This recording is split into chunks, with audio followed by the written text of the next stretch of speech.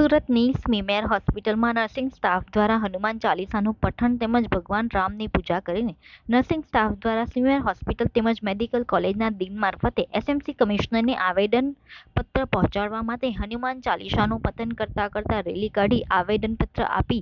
ધરણા કાર્યક્રમ રાખવામાં આવ્યો હતો। મહત્વનું છે કે છેલ્લા ઘણા સમયથી નર્સિંગ સ્ટાફની ભરતી બાબતે નર્સિંગ એલાઉન્સ ચાલુ કરવા બાબતે યુનિફોર્મ એલાઉન્સમાં વધારો કરવા વોશિંગ અલંગમાં વધારો કરવા જેવી કેટલીક પડતર માંગણીઓને લઈ અવારનવાર રજૂઆતો કરવા છતાં યોગ્ય નિરાકરણ ના આવતા આખરે નર્સિંગ સ્ટાફ દ્વારા શાંતિપૂર્વક રેલી કાઢી આવેદનપત્ર આપવામાં આવ્યું હતું, જેમાં નર્સિંગ સ્ટાફના કર્મચારીઓના આ ધરણા પ્રદર્શનથી દર્દીઓને હાલાકી ન ભોગવવી પડે તેનું ખાસ ધ્યાન રાખી નર્સિંગ સ્ટાફના કર્મચારીઓ દ્વારા ઓફ ડ્યુટી ધરણા કાર્યક્રમ રાખવામાં આવ્યો હતો,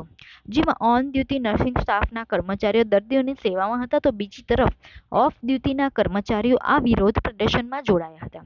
આ મામલે નર્સિંગ સ્ટાફ દ્વારા જણાવવામાં આવ્યું કે છેલ્લા ઘણા સમયથી નર્સિંગ સ્ટાફમાં ભરતી કરવામાં આવી નથી, જેથી નર્સિંગ સ્ટાફ ઓછો હોવાના કારણે ઘણીવાર દર્દીઓની સેવામાં તકલીફો આવે છે, તેમજ દેશની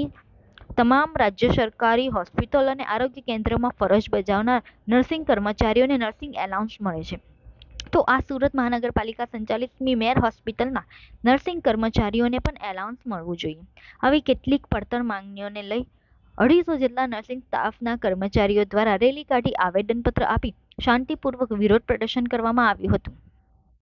એક તો સ્ટાફ જે ઓછો સ્ટાફ છે અમારી પાસે, સ્ટાફની વહેલામાં તકે ભરતી થવી જોઈએ। તમને બધાને ખબર હશે કે કોરોના દરમિયાન પણ નર્સિંગ સ્ટાફ એક નિસ્વાર્થપણે દર્દીઓની કોરોનામાં સેવા કરેલી છે અને હાલમાં પણ સેવા કરી રહ્યો છે। એ એક સ્ટાફ 30-40 પેશન્ટ વચ્ચે કામ કરી રહ્યો છે, તેમ છતાં નર્સિંગ એલાઉન્સીસની માંગણી જે અમારી ઘણા વર્ષોથી છે હજુ સુધી એ માંગણીઓ અમારી પૂરી થયેલ નથી, બરાબર છે। રાજ્ય સરકાર દ્વારા 3000 રૂપિયા નર્સિંગ એલાઉન્સીસ મળવામાં આવે છે, તેમજ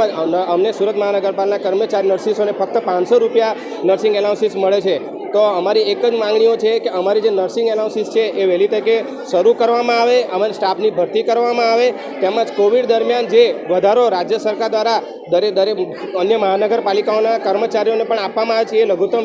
વેતન ધારો પણ અમને હજુ સુધી મળેલ નથી। તો આ તમામ માંગણીઓ અમારી વહેલી તારીખે સંતોષાય એવી જ અમારી અપેક્ષા છે।